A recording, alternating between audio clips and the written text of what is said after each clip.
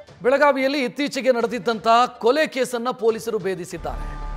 ಈ ಕೊಲೆ ಕೇಸನ್ನ ತನಿಖೆಗಿಳಿದಾಗ ಪೊಲೀಸರಿಗೆ ಗೊತ್ತಾಗಿತ್ತು ಇದೊಂದು ಅನೈತಿಕ ಸಂಬಂಧದ ಕಾರಣಕ್ಕಾಗಿರುವಂತಹ ಹತ್ಯೆ ಅಂತ.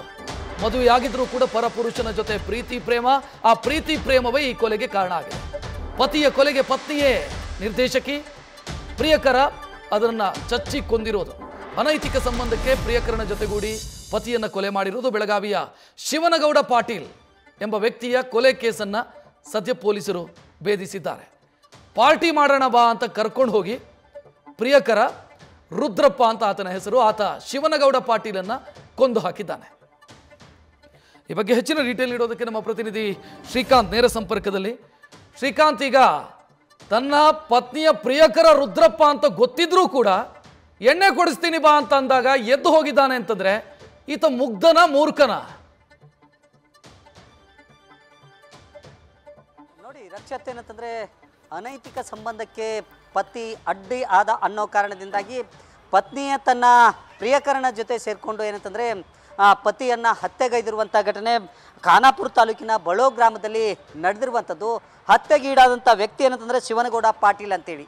ಈತ ಕಳೆದ ಒಂದು ವಾರದ ಹಿಂದೆ ಏನಂತಂದರೆ ಹತ್ಯೆ ಆಗಿರ್ತಾನೆ. ಈ ವಿಚಾರ ಯಾರಿಗೂ ಸಹ ಗೊತ್ತಾಗಿರೋದಿಲ್ಲ.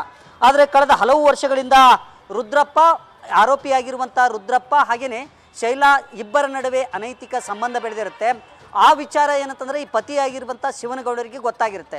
ಆ ಸಂದರ್ಭದಲ್ಲಿ ಆತನನ್ನು ಹೇಗಾದರೂ ಸರಿ ಇದನ್ನು ಹೊರಗೆ ಹಾಕ್ತಾನೆ, ಜೊತೆಗೆ ಈತ ನಮ್ಮ ಪ್ರೇಮಕ್ಕೆ ಅಡ್ಡಿ ಆಗ್ಬೋದು ಅನ್ನೋ ಕಾರಣದಿಂದಾಗಿ ಹೊಂಚು ಹಾಕಿ ಏನಂತಂದರೆ ಪತ್ನಿ ಹಾಗೇನೆ ಪ್ರಿಯಕರ ಸೇರಿಕೊಂಡು ಏನಂತಂದರೆ ಪತಿಯನ್ನು ಏನಂತಂದರೆ ಅಮಾನುಷವಾಗಿ ಹತ್ಯೆ ಮಾಡ್ತಾರೆ. ಹತ್ಯೆ ಮಾಡಿದ ನಂತರ ಆರೋಪಿ ಏನಂತಂದರೆ ಹೈದರಾಬಾದ್ನಲ್ಲಿ ಅಡಗಿ ಕುಳಿತುಕೊಂಡಿರ್ತಾನೆ. ಅಂಥ ಸಂದರ್ಭದಲ್ಲಿ ಆತನನ್ನು ಪತ್ತೆ ಹಚ್ಚಿ ಈಗ ಖಾನಾಪುರ ಪೊಲೀಸರು ಏನಂತಂದರೆ ಬಂಧಿಸಿ ಕರೆತಂದಿರುವಂಥದ್ದು.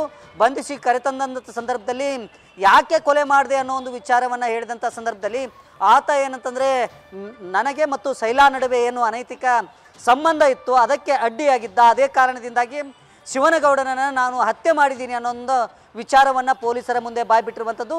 ಈ ಕುರಿತಂತೆ ಪ್ರಕರಣವೂ ಸಹ ದಾಖಲಾಗಿರುವಂಥದ್ದು. ರಕ್ಷತ್, ನ್ಯೂಸ್ ಫಸ್ಟ್ ನಿರ್ಭೀತಿಯಿಂದ ನಿಮ್ಮ ಪರವಾಗಿ.